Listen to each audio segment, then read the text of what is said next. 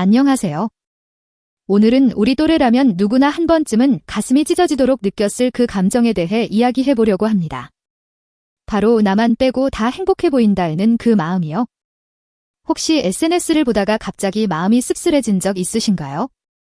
친구들의 여행 사진, 가족 모임 사진, 승진 소식들을 보면서가 나만 이렇게 초라한 건가 하고 생각해 본 적 있으시다면 오늘 이 영상이 여러분의 마음을 조금이라도 위로해 드릴 수 있을 거예요. 사실 저도 얼마 전까지만 해도 그랬거든요. 특히 50대가 되고 나서는 더 심해졌어요. 동창들 만나면 누구는 사업 성공했다. 누구는 자녀가 의사 됐다. 누구는 해외여행 다녀왔다. 그런 이야기들을 들으면서 저는 점점 작아지는 기분이었어요. 그런데 여러분, 제가 오늘 이 영상을 통해 꼭 전해드리고 싶은 건 이거예요. 이 순간이 새로운 시작이 될 수 있다는 것. 비교하는 습관에서 벗어나서 진짜 내 행복을 찾아가는 첫걸음이 될 수 있다는 거죠. 우리 나이쯤 되면 정말 미묘한 감정들이 많아지죠. 젊을 때는 그냥 열심히 살면 되겠지 했는데 나이가 들수록 주변 사람들과 비교하게 되는 횟수가 늘어나요. 아이들 성적부터 시작해서 남편 직업, 내 외모, 집, 차, 심지어는 건강 상태까지도 비교하게 되더라고요. 저 사람은 참 좋겠다. 나는 왜 이럴까? 이런 생각이 하루에도 몇 번씩 스쳐 지나가죠. 특히 우리 또래 여성분들은 더 그런 것 같아요. 사회적으로 성공해야 한다는 압박감, 좋은 엄마여야 한다는 부담감, 나이 들어서도 젊어 보여야 한다는 강박. 이런 것들이 복합적으로 작용하면서 비교 중독에 빠지기 쉬워요. 그런데 진짜 문제는 따로 있었습니다. 비교하는 것 자체가 문제가 아니라 우리가 잘못된 것을 비교하고 있다는 거였어요. 저는 3년 전에 정말 힘든 시기가 있었어요. 아이가 대학 입시에서 연거푸 떨어지고 남편은 직장에서 구조조정 대상이 되고 저는 갑상선 문제로 살은 찌고 그때 동창회에 갔는데 다들 너무 행복해 보이는 거예요. 누구는 딸이 의대에 갔다. 누구는 새 집으로 이사 갔다. 누구는 남편이 승진했다. 그 순간 저는 정말 바닥까지 떨어진 기분이었어요. 화장실에서 혼자 울었던 기억이 지금도 생생해요. 집에 돌아와서 거울을 보는데 그 안에 있는 제 모습이 너무 초라해 보이더라고요. 나는 정말 실패한 인생인가 이런 생각이 머릿속을 맴돌았어요. 그런데 여러분, 심리학에서는 이런 현상을 사회적 비교 이론이라고 설명해요. 미국의 심리학자 레온 페스팅거가 1954년에 발표한 이론인데 인간은 본능적으로 자신을 다른 사람과 비교해서 자기 위치를 확인하려고 한다는 거죠. 특히 중년기에는 이런 비교가 더 심해져요. 왜냐하면 인생의 반환점을 돌면서 내가 지금까지 뭘 했나 하는 회고적 사고가 강해지거든요. 그리고 SNS 같은 매체가 발달하면서 다른 사람들의 하이라이트만 보게 되니까 더 비교하게 되는 거예요. 실제로 연구 결과에 따르면 45세 이상 중년층의 78%가 일주일에 3회 이상 타인과 자신을 비교한다고 답했어요. 그리고 이 중 65%가 비교 후에 우울감을 느낀다고 했고요.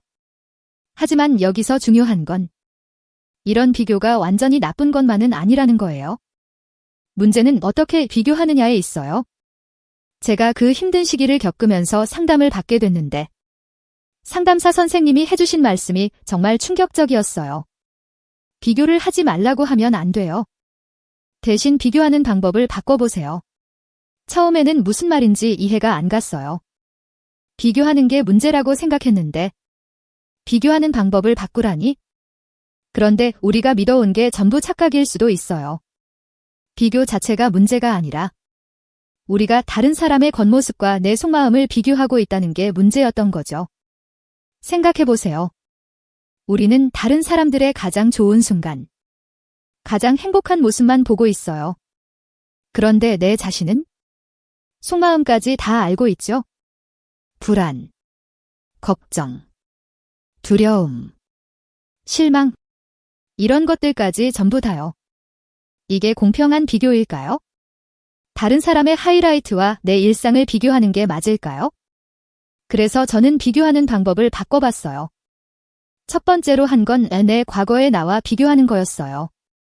3년 전에 저는 정말 힘들었어요. 우울증 진단도 받고, 잠도 못 자고, 아무것도 하기 싫었거든요. 그런데 지금의 저는 어떤가요? 비록 완벽하지는 않지만, 그때보다는 훨씬 나아졌어요. 아이는 재수해서 원하는 대학에 들어갔고, 남편은 새로운 직장을 찾았어요. 저도 갑상선 치료를 받으면서 건강이 많이 좋아졌고요. 무엇보다 마음이 한결 편안해졌어요. 그때 깨달았어요. 다른 사람과 비교할 게 아니라 과거의 나와 비교해야 한다는 거요. 그게 진짜 성장이고 진짜 행복이라는 거요. 두 번째로 한 건 진짜 비교 대상을 찾는 거였어요. 겉으로 보이는 것들 말고 정말 중요한 것들을 비교해보는 거죠. 여러분, 우리 뇌는 정말 신기해요. 뇌과학자들의 연구에 따르면 우리가 다른 사람과 비교할 때 뇌의 보상회로가 활성화된다고 해요. 마치 도박이나 게임을 할 때와 비슷한 반응이 나타난다는 거죠. 그런데 여기서 중요한 건 이 보상회로가 상대적 우위에 반응한다는 거예요. 절대적인 행복이 아니라 다른 사람보다 더 잘 살고 있다는 느낌에 반응하는 거죠. 그래서 우리는 끊임없이 비교하게 되는 거예요. 뇌가 그렇게 만들어져 있거든요. 이건 우리 잘못이 아니에요. 생존을 위한 본능이었던 거죠. 하지만 문제는 현대사회에서는 이런 비교가 오히려 독이 될 수 있다는 거예요. 특히 SNS나 미디어를 통해 끊임없이 다른 사람들의 완벽한 모습을 보게 되니까요. 그런데 이런 마음의 메커니즘을 이해하고 나면 비교 중독에서 벗어나는 방법도 보여요. 뇌를 다시 훈련시키는 거죠. 제가 가장 큰 변화를 경험한 건 감사비교법을 시작하면서부터였어요. 이게 뭐냐면 나보다 어려운 상황에 있는 사람들과 비교해보는 거예요. 처음에는 좀 이상했어요. 다른 사람의 불행을 보고 위로받는 게 맞나 하는 생각이 들었거든요. 하지만 상담사 선생님이 설명해 주신 건 그게 아니었어요. 중요한 건 상대적 감사를 느끼는 거예요. 내가 가진 것들의 소중함을 깨닫는 거죠. 예를 들어, 제가 아이 성적 때문에 스트레스 받고 있을 때 아이를 잃은 분들의 이야기를 들으면 내게는 건강한 아이가 있구나 하는 감사함을 느끼게 되더라고요. 남편이 실직했을 때도 마찬가지였어요. 혼자 아이를 키우고 있는 한부모 가정을 보면서 적어도 우리는 함께 이겨낼 수 있는 사람이 있구나 하는 고마움을 느꼈어요. 이런 식으로 비교의 방향을 바꿔보니까 마음이 정말 많이 편해졌어요. 불만이 감사로 바뀌고 부족함이 풍요로움으로 바뀌더라고요. 그래서 제가 여러분께 제안하고 싶은 건 이런 거예요. 비교 중독에서 벗어나는 5단계 실천법입니다. 1단계, 비교 일기 쓰기 하루 중 언제, 누구와, 무엇을 비교했는지 적어보세요. 그리고 그때 어떤 감정을 느꼈는지도 함께 적어보세요. 패턴을 파악하는 게 중요해요. 2단계, 내 과거와 비교하기 다른 사람 대신 1년 전, 3년 전, 5년 전의 나와 비교해보세요. 어떤 점이 나아졌는지, 어떤 성장이 있었는지 찾아보세요. 3단계, 진짜 가치 찾기 겉으로 보이는 것들 말고 정말 중요한 가치들을 비교해보세요. 건강, 가족, 우정, 마음의 평화, 이런 것들 말이에요. 4단계, 감사 비교법 나보다 어려운 상황에 있는 사람들을 생각해보면서 내가 가진 것들의 소중함을 깨달아 보세요. 이건 우월감이 아니라 감사함을 느끼는 거예요. 5단계, 응원 비교법 다른 사람의 성공을 질투하지 말고 진심으로 축하해보세요. 그들의 성공이 내 가능성을 보여주는 거라고 생각해보세요. 이렇게 하면 비교가 독이 아니라 약이 될 수 있어요. 성장의 동력이 될 수 있고요. 그런데 여러분, 이 과정에서 절대 하면 안 되는 행동들이 있어요. 제가 직접 경험해봐서 말씀드리는 건데 정말 조심하셔야 해요. 첫 번째, SNS 무작정 끊지 마세요. 갑자기 모든 걸 차단하면 오히려 더 궁금해져요. 대신 보는 시간을 조금씩 줄여나가세요. 두 번째, 자신을 너무 혹독하게 비난하지 마세요.